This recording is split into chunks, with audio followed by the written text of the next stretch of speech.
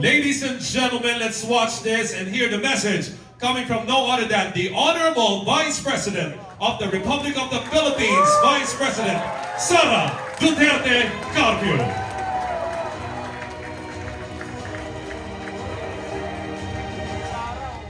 Assalamualaikum warahmatullahi wabarakatuh. Madayaw ngayong adlaw kaninyong tanan.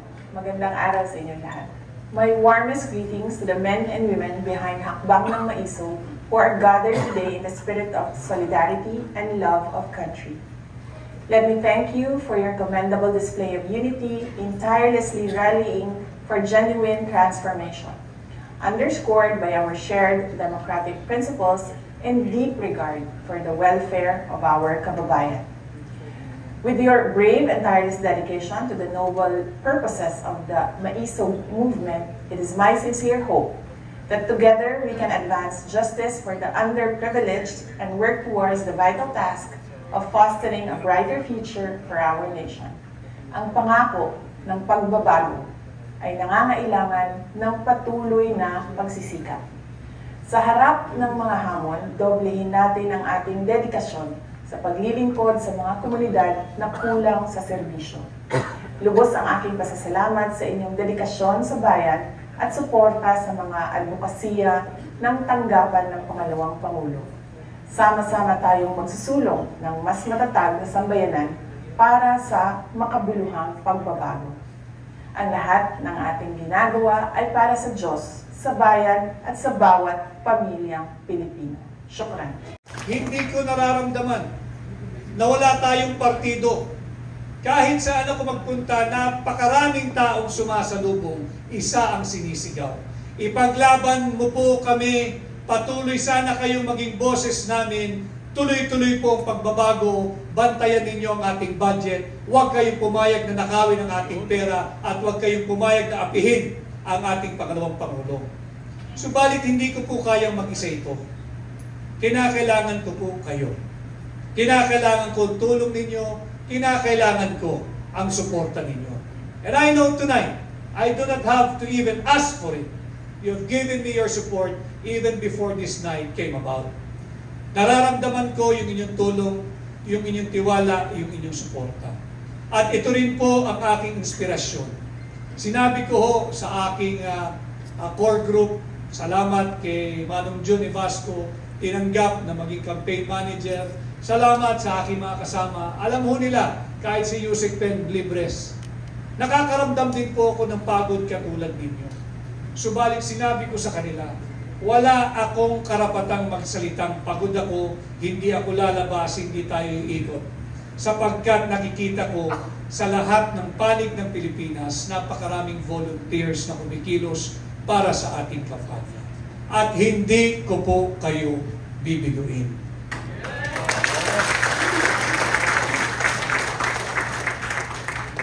Three days from tonight, magsisimula na opisyal ang ating kampanya. Malayo na po at malaki na rin ang ating na-cover na lugar. Marami na rin po tayo nagawa at marami na rin po ang ating mga nakasama at higit na lumalaki ang ating samahan. Subalit, wala pa po tayong naipapanalo. Ang naipapanalo natin ay yung puso at damdamin ng mga Pilipino ay naniniwala na panahon na maglagay kayo ng bago sa Senado. At sa tulong po ninyo, makakapaghatid po kayo ng bago sa Senado ngayong 2025 pagpatuloy tayong magkaisa. At again, tonight is not the night to be making political speech in front of you. It's more of me saying thank you to each and every one. Maraming salamat, uulitin ko. Hindi ko naramdaman kahit isang araw na kulang ako sa campaign paraphernalia. Hindi ko naramdaman yan. Wala akong pang-advertisement. Subalit, isang araw, may isang grupo na nagsabi, sagot na namin ang 2 billboard dyan sa C5. At sila ay naririto rin ngayong gabi ang aking mga kaibigan abogado na nariyan sa likod. Maraming salamat sa inyo. Hindi ko maramdaman na kulang ako sa tarpaulin. Bagamat hindi sakto, hindi sapat, Pero hindi po tayo salat. At yan ay dahil sa inyong lahat. Maraming salamat po. Papakahalagahan ko po yung inyong paniniwala, kumpiyansa at tiwala. Tatandaan ko po lahat ng inyong itinutulong. Yung iba nahihiya, ang kaya lang i-donate 20 pirasong tarpaulin. Huwag po kayong mahihiya. Ako ang dapat mahihiya. Yung inyong itinutulong, may halaga po yan. Uulitin ko, naiintindihan ko yung importansya niyan. Imbis na iuwi ninyo sa inyong pamilya, ordinaryong tao nagpapa-imprenta.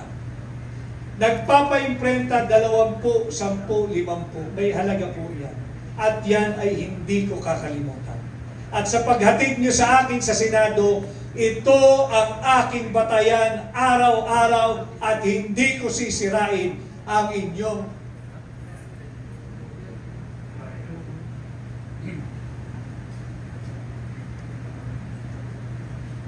hindi ko sisirain ang inyong mga tiwala.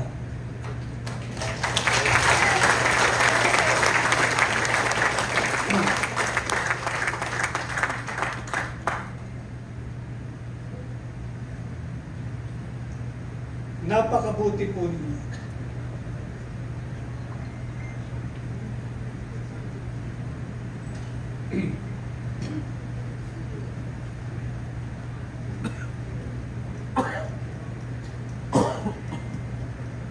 Katulad doon ng aking sinabi, itong aking kinakatayuan ngayong gabi, hindi ho akin ito.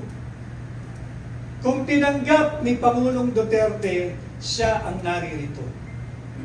Kung tinanggap ni Mayor Baste Duterte, siya ang ating kandidato para sa senador. Subalit, ganun po talaga ang tadhana, ganun po talaga ang buhay. Ako'y naririto. Hindi ko sasayangin ang inyong tiwala.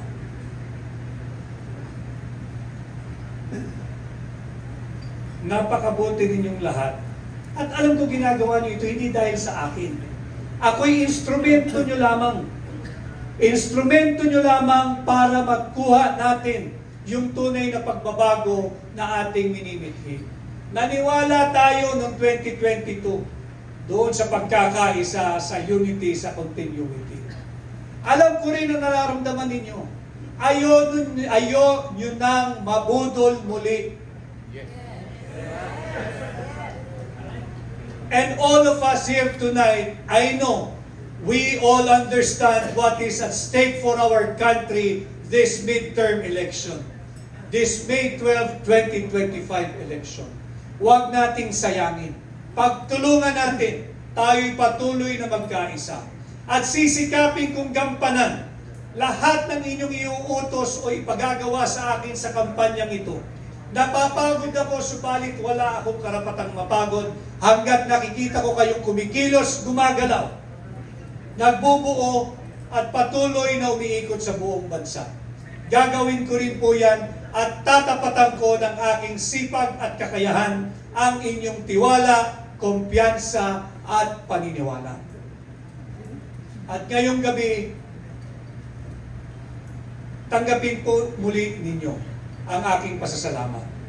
Yung iba, ngayon ko lang din nakilala, subalit nagpunta ngayong gabi, handa ang pagbibigay ng kanilang suporta.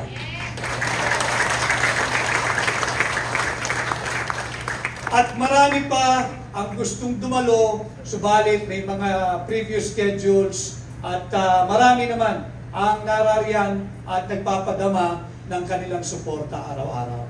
So muli ho, alam kong hindi pa ito ang panahon na tayo nagbibigay ng mga political speeches. I'd just like to take this evening, take this opportunity again to thank each and every one of you. Not money, most especially for your time. Ang daming volunteers. Ang daming volunteers. And it's been a while na nakakita ako ng People's Campaign. At ito nagaganap dito sa Hakbang ng Maiso, ang isang People's Campaign. Sa ating mga miyembro ng new media, yung ating mga social media vloggers, maraming salamat sa inyo.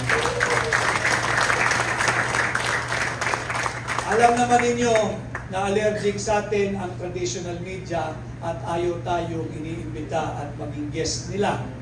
Paminsan-minsan, nakakalusot, kaya pinagbubuti natin yung ating paglabas sa kanila. Subalit kung wala ang social media, higit po tayong mahihirapang magpakilala sa lahat ng panig ng Pilipinas. Kanya sa inyo, ating mga social media vloggers doon sa tinatawag nating new media, maraming salamat. Wala man po tayong pang-advertisement, pero narariyan kayo, lagi kayong kasama, lagi kayong nagbibigay daan at nagbibigay espasyo para sa akin, kaya tayo patuloy nakikilala sa iba't ibang panig ng ating bansa. Maraming salamat.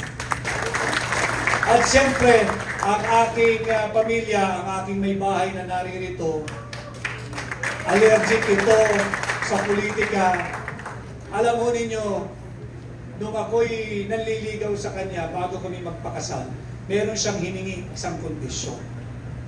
Siyempre, gusto mong mapakasawa, pangako mo lahat.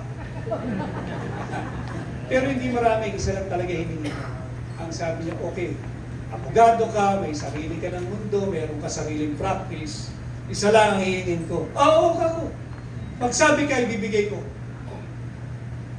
Wag na wag ka lang papasok sa politika. Oo naman ako. Pero abogado ko eh. Teka muna ka ako. Dalawang bagay yan. Elected at saka appointed. Pag elected, anong appointed? Yung appointed, yung magsisilbi ka sa gobyerno, ikaw in-appoint, etc. Yan, pwede yan. Yan, pwede yan. Appointed, pwede yan. Okay. Okay na ako ron, 50% eh. Being elected, ayaw ko yung kampanya, huwag kang papasok dyan. Uuwi ako sa amin. Hindi ako papasok dyan, ayaw ko rin yan. So, pakasal kami. And after 16 years of married life, yung isang hiningi niya, na-violate ko pa. Kaya, pero, nandyan at nakasuporta kasama ang aking pangalan na anak na si Lulu. Maraming salamat.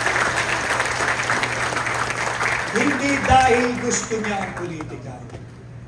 Nung ako ay umiikot para sa aking libro muna, nakita niya yung hinaing ng ating mga OFW. Nakita niya. Nandiyan umiiyak sila, first time kami nagkita. Nagre-reklamo ano na ang nangyayari sa ating bansa. Attorney Vic, sana huwag ninyong pabayaan, sana ganito, sana ganyan. Sabi ko, teka muna, hindi ako kandidato. Andito ako para mag-book signing, para mag-book launching. Pero yan ang kanilang sinisigaw. Ang dami kong nakaharap na OFW. At nakita naman niya, and I guess, malaking bagay yun at nagkaroon siya ng namulat ang kanyang isipan sa kalagayan ng ating bansa. Hindi natin pwedeng ibigay dito sa Marcos administration para magpatuloy lang ang pagnanakaw nila sa pera ng Pilipino. Huwag tayong pumayag, ating labanan, ating tutulan. Kaya tinanggap ko ang hamon ng hakbang ng maisog na pamunuan, ang tunay at maisog na oposisyon sa Senado. At hindi ko rin makakalimutan nung ako ay nag-file ang aking candidacy. Sinabi ko ron at sasabihin ko ulit, ang aking katapatan ay tanging sa Republika ng Pilipinas lamang. At ang aking nais kapartido at kaalyado ay kayo, sambayanang Pilipino. Kaya ako'y kumandidatong independent kasama ang hakbang na maisog. Kaya muli, maraming salamat. Tanggapin ninyo ang aking taus-pusong pasasalamat. Alam naman ninyo na yung nais nating gustong gawin sa Senado. Subalit, tulungan po ninyo ako mangampanya. Tulungan ninyo ako mangampanya. Maging aktibo kayo sa ating kampanya. At pag tayo'y nagkaisa, ngayong 2025, posible ang pagbabago pag kayo ay naghatid ng bago sa Senado. Maraming salamat. Ako po muli, si Atty. Vic Rodriguez, Pilipino, abogado, maisog. Magandang gabi sa ating lahat.